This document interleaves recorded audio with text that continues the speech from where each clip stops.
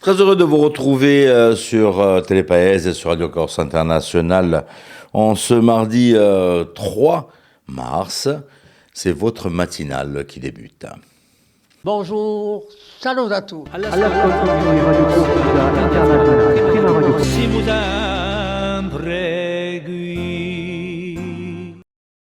Et en ce mardi 3 mars, nous allons fêter les Kénolés pour la partie du ça en français, aux Antogours, aux Arabes, Marino. Voilà, donc, si vous en connaissez, n'hésitez pas. Alors, c'était une très très bonne fête. Voilà, donc c'est parti pour cette matinale.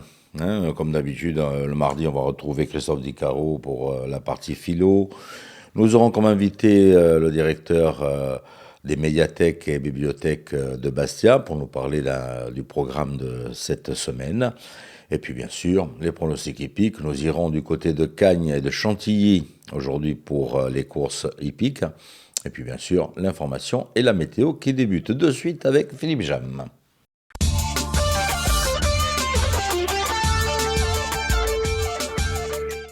Bonjour Auguste, bonjour à toutes et bonjour à tous. Une journée qui s'annonce encore mi-figue, mi-raisin avec beaucoup de nuages, notamment sur la partie orientale de l'île. Quelques gouttes et quelques averses dans l'intérieur dans l'après-midi avec une limite pluie-neige qui se situera aux alentours de 1900 mètres.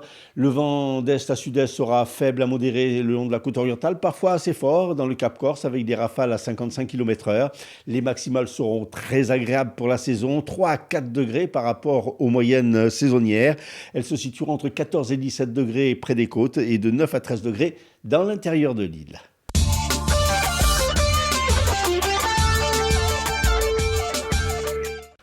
Nouvelle action du STC hier dans le conflit social entre les brancardiers et la direction de l'hôpital de la Miséricorde à Ajaccio. Un conflit qui a démarré quand même le 9 février dernier. Hier, le STC a occupé l'étage de la direction de l'hôpital. Depuis le début de ce mouvement, le syndicat nationaliste réclame le départ du directeur. Selon une étude publiée par la société Lucobai Alliance Direct, à partir des données officielles disponibles pour les années 2023 et 2024, les départements de la Haute-Corse et de la Corse du Sud sont les moins touchés par les phénomènes de cambriolage. La Haute-Corse occupe ainsi la première place du classement des départements les plus sûrs. Seulement 119 cambriolages y ont été recensés en 2024, soit un taux de 0,87 pour 1000 habitants. Le département affiche par ailleurs une baisse notable de 25,6% par rapport à l'année précédente. En Corse du Sud, le département est deuxième de ce classement avec 122 cambriolages en 2024 pour un taux de 0,98 pour 1000 habitants. Le département de la Corse du Sud qui se distingue par une chute de 47,6% des cambriolages en comparaison avec l'année précédente. À l'occasion de la Journée internationale des droits des femmes, l'INSEE Corse a réalisé une étude sur les inégalités femmes et hommes en Corse. Sur notre île, la population est composée de 51% d'hommes, 49% de femmes. On y apprend notamment que l'espérance de vie chez les femmes est de 86 ans, 80 seulement chez les hommes. Au niveau des salaires, celui net annuel moyen en équivalent temps est de 28 900 € chez les hommes, 25 900 chez les femmes. Concernant les bas salaires, ils concernent 45% des femmes, 35% des hommes. Les principales professions chez les femmes, secrétaire, aide-domicile ou aide-soignante. Du 16 au 18 février se tenait à Hamamatsu au Japon la seconde édition du Japan Waguri Council, une fondation dédiée au renouveau de la châtaigne japonaise. En amont, début octobre 2025, une importante délégation de ce concile avait fait le déplacement en Corse pour rencontrer des acteurs de la filière castanéicole insulaire. Il y a quelques jours, le Waguri Council a réservé ainsi une place d'honneur à la Corse, qui était représentée par Vanina Bernard Leone et André Fazzi, membres du collectif Custodi di Castagneto. Lors de cette rencontre, plusieurs pistes ont été évoquées et travaillées entre les deux pays. Développement au Japon d'une pâtisserie à base de châtaignes corse et donc l'import important de châtaignes corse AOP en 2027 au Japon. Jumelage entre la ville de Hamamatsu et une ville corse à l'horizon 2027 ou encore la mise en place d'un cadre de coopération internationale décentralisé entre la préfecture de Shizuoka et la collectivité de Corse. Pour sécuriser ces hypothèses, de nouvelles délégations se rendront au Japon donc en 2026. Du vendredi 6 au dimanche 8 mars, Bastia abritera la première édition d'Imagina, un festival de l'imaginaire. Durant ces 3 jours, la science-fiction et l'imaginaire vont envahir médiathèques, cinéma et scènes pour questionner notre monde, ses dérives et ses espoirs. Ange Toussaint Pietrera, à l'origine de cette manifestation, sera notre invité dans quelques instants.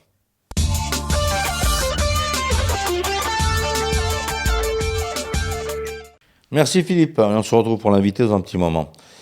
Pour l'instant, course hippique, pronostic avec Rémi. On va du côté de Chantilly et de Cagnes-sur-Mer pour les courses du jour. Les pronostics hippiques de Rémi sur Radio Corse International. Bonjour à tous, ce mardi dans les bons coups du jour, nous serons sur l'hippodrome de Chantilly pour le quintet. Je vais y retenir le numéro 2 Drumar qui ne devrait pas sortir des 3 premiers. Passons à la réunion de Cannes. Dans la première, le 3 Cartoon de la fille devrait lutter pour la victoire. Et on terminera par la 6e où le 2 Man on Fire devrait l'emporter. Bon jeu à tous. Allez, après les hippodromes, on s'en va dans les astres. Et c'est Paxi qui vient nous rejoindre.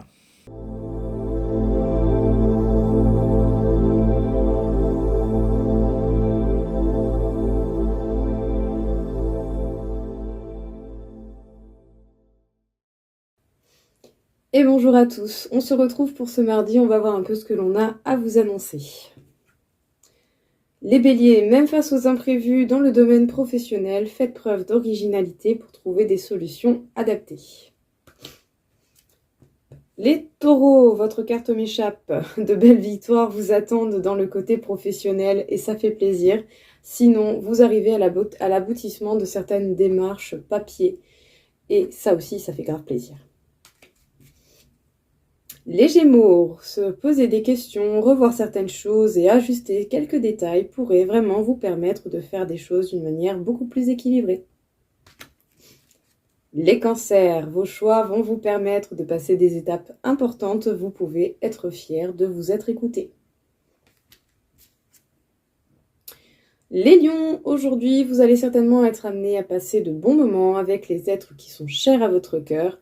En tout cas, vous ferez ce qui est en votre pouvoir pour protéger ces bons moments. Les Vierges, la vie vous demandera aujourd'hui de faire preuve de discernement et de voir la réalité des faits ou des événements que vous pouvez rencontrer. Les Balances, ne croyez pas à n'importe quelle parole qui peut être dite parce qu'il pourrait être possible que certaines personnes vous fassent de fausses promesses. Les Scorpions, vous allez avoir des déplacements répétitifs que vous avez déjà fait et ça pourrait être assez agaçant.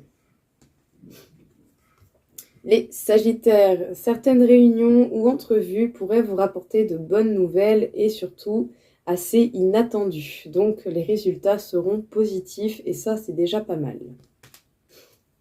Les Capricornes, vous allez être amenés à dépasser vos limites pour pouvoir faire face à certaines situations, je dirais, qui peuvent être inattendues, mais sachez bien que vous avez toutes les capacités pour y arriver.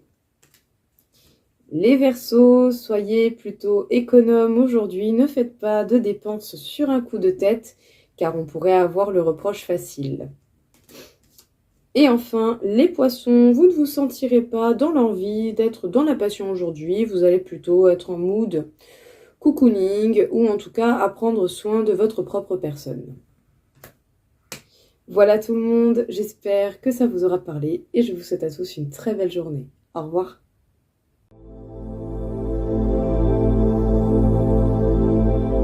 Le mardi, c'est de la philo, mais c'est Christophe Dicaro qui vient nous rejoindre. La chronique philosophique de Christophe Dicaro.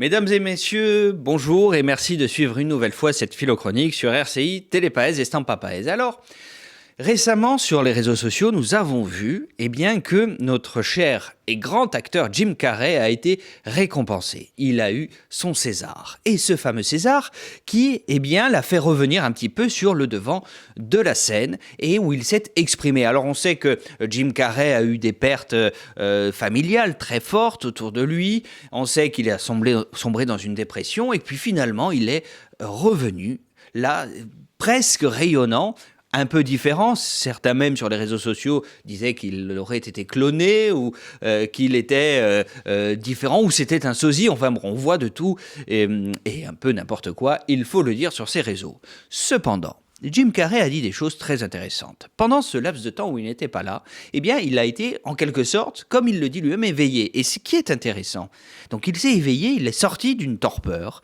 et il a pris conscience, selon lui, si on regarde ses dires, qu'en réalité, c'est ce qu'il dit, nos pensées ne sont en fait des illusions. Ah, que des illusions. Alors ça, c'est le premier point. Donc il s'est dit qu'en réalité, je suis mal, pourquoi ? Je suis mal parce que je pense. Et mes pensées sont à l'intérieur de moi, pas à l'extérieur. Donc où est la réalité ? À l'intérieur ou à l'extérieur ? Et ne suis-je pas mon propre bourreau ? Ça, c'est intéressant. Et le deuxième volet de son éveil, il a dit qu'il s'est vraiment libéré du monde extérieur à partir du moment où il s'est dit que ses propres pensées n'étaient qu'en lui et que personne ne pouvait les voir. Qu'en réalité, tout ce monde qu'il voyait et qu'il analysait, en fait, c'était entre lui et lui-même et que tout le reste n'existait pas. Personne ne peut voir ce qu'il pense ou entendre ce qu'il pense d'une part, et d'autre part, il est le seul maître à bord de son propre raisonnement et de ses propres pensées. Voilà comment finalement Jim Carrey explique qu'il a refait surface en étant encore plus libre. D'autant plus que c'est un acteur qui est connu, mondialement connu, moi j'ai un grand penchant pour Jim Carrey, il faut le dire, pour sa technique d'acteur, mais qu'en réalité, il s'est libéré de tout ce qui pouvait l'oppresser. Alors, pourquoi en parler dans cette philochronique ? On en parle parce que c'est assez stoïcien, cette façon de penser.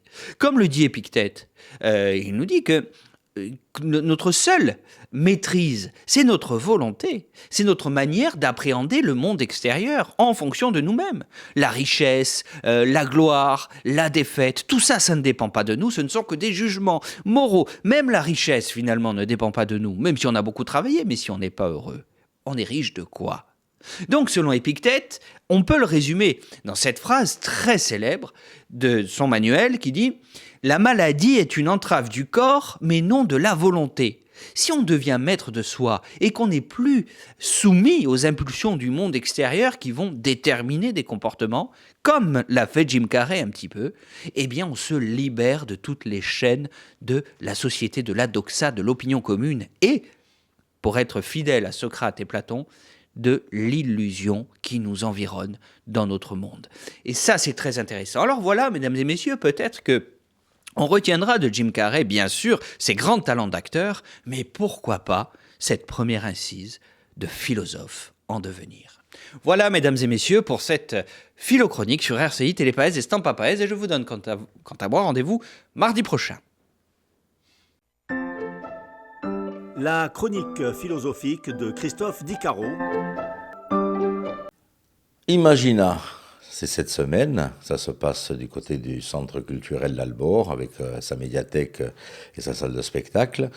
Et c'est le directeur donc des médiathèques et bibliothèques de Bastia qui est notre invité aujourd'hui. Notre invité aujourd'hui, Ange Toussaint Pietraïra, directeur des médiathèques et bibliothèques de Bastia, à l'occasion du festival Imagina ou les rencontres bastiaises de l'imaginaire qui se tiendront du vendredi 6 au dimanche 8 mars à Bastia.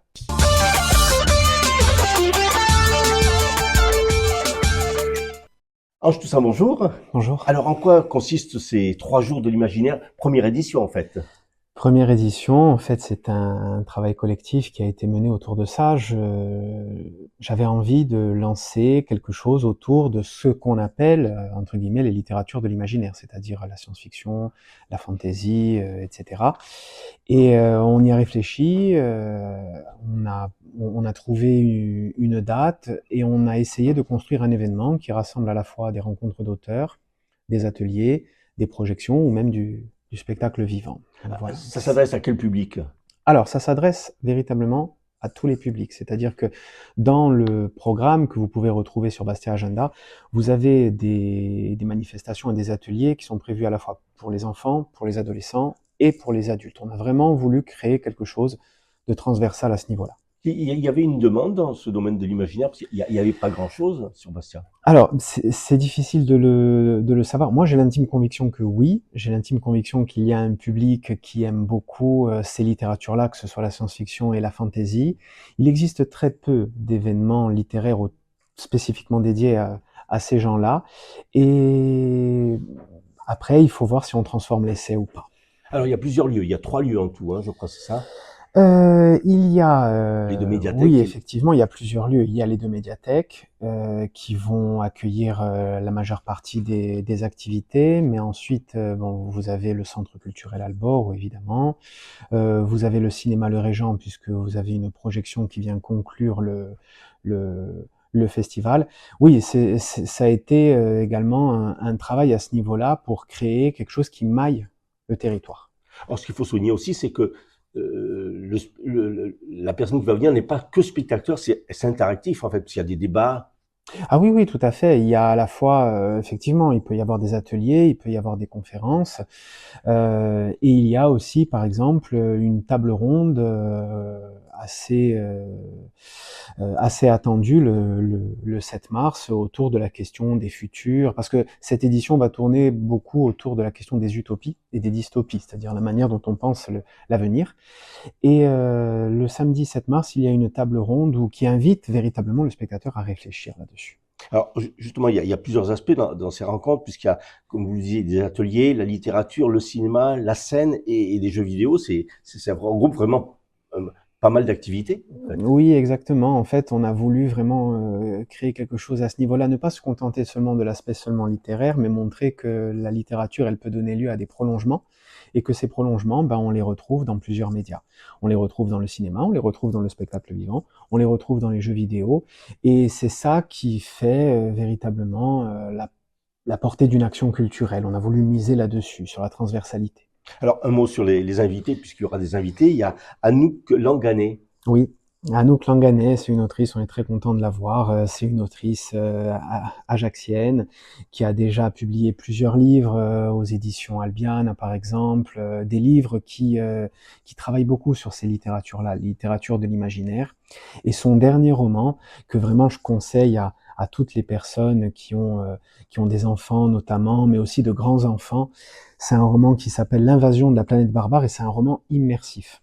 C'est-à-dire que vous allez choisir votre personnage. Soit vous êtes un barbare qui se fait envahir par des extraterrestres qui ont détruit leur planète et qui en cherchent une autre, soit vous allez être l'extraterrestre justement qui envahit la planète.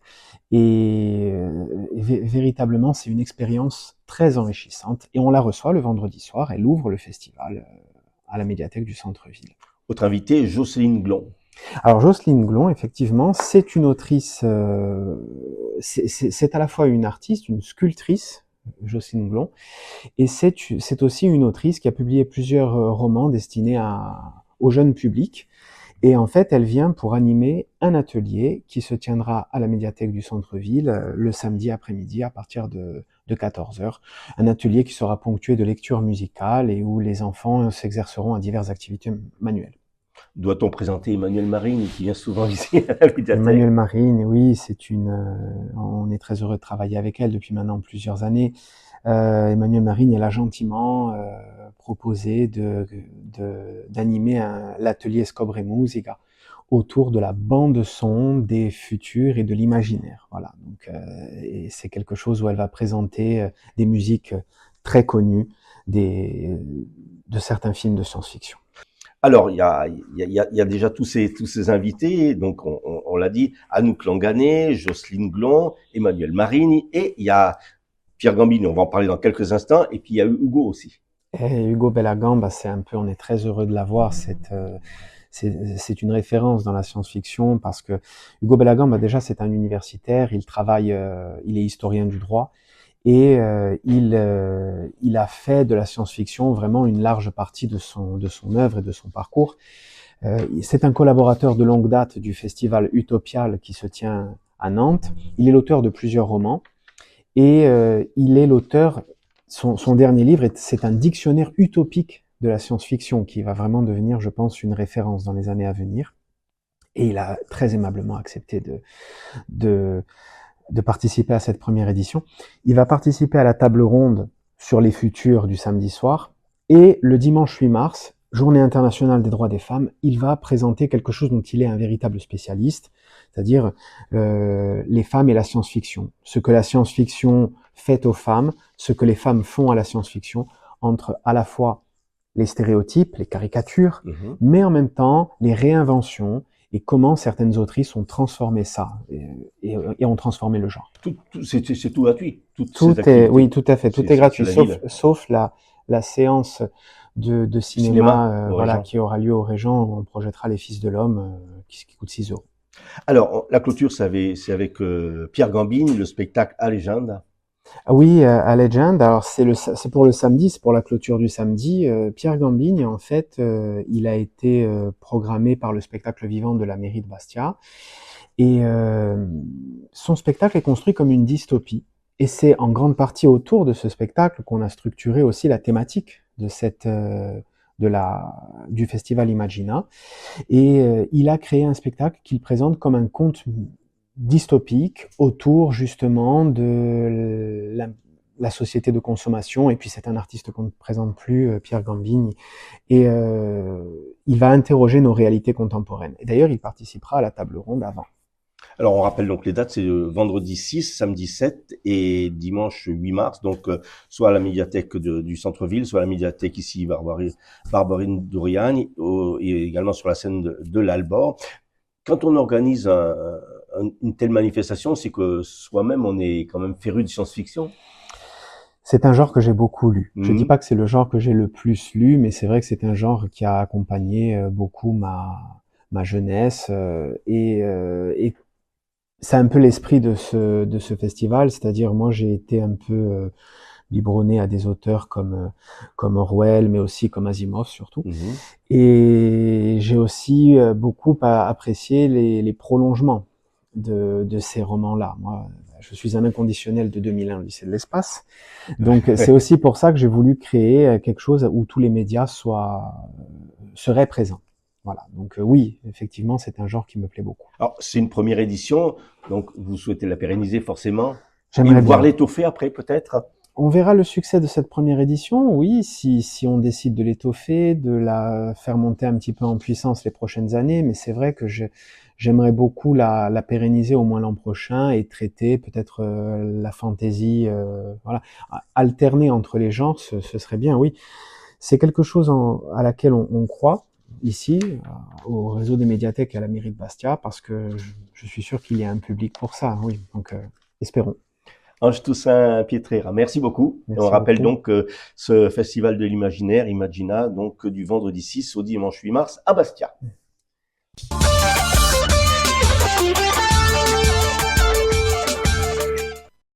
On refait un petit point sur les titres de l'information du jour avec la rédaction d'RCI et Philippe Cham. Nouvelle action du STC dans le conflit social entre le collectif des brancardiers et la direction de l'hôpital de la Miséricorde à Ajaccio. Hier, le STC a occupé l'étage de la direction de l'hôpital. Selon une étude publiée par la société Luco-Bay Alliance Direct, les départements de la Haute-Corse et de la Corse du Sud sont les moins touchés par les cambriolages en France. À l'occasion de la Journée internationale des droits des femmes, l'INSEE Corse a réalisé une étude sur les inégalités femmes-hommes et corse. Sur notre île, la population est composée de 51% d'hommes, 49% de femmes. On y apprend notamment que l'espérance de vie chez les femmes en Corse est de 86 ans, 80 chez les hommes. Du vendredi 6 au dimanche 8 mars, Bastia abritera la première édition d'Imagina, un festival de l'imaginaire. Météo, nuages et soleil vont se partager le ciel de ce mardi. Voilà, un grand merci d'avoir passé ce début de matinée en notre compagnie. De diffusion, première diffusion à 9h en direct et la seconde en rediffusion à midi. Vous pouvez nous retrouver bien sûr sur l'ensemble des réseaux. On a aussi la plateforme de Radio Corse International sur laquelle vous allez retrouver les replays, vous allez retrouver aussi les podcasts de l'ensemble de nos chroniqueurs. Et puis bien sûr du côté de Télépaèse et de Stampa Paèse où vous pouvez nous retrouver. Voilà, n'hésitez pas à y faire un petit détour. Je vous souhaite de passer un bon mardi, même si le temps n'est pas vraiment beau fixe aujourd'hui. Tenete forte e ci ritroviamo domani mattina. Bonjour, salut à tous. All'ascolto di Radio Corsica Internazionale, prima radio.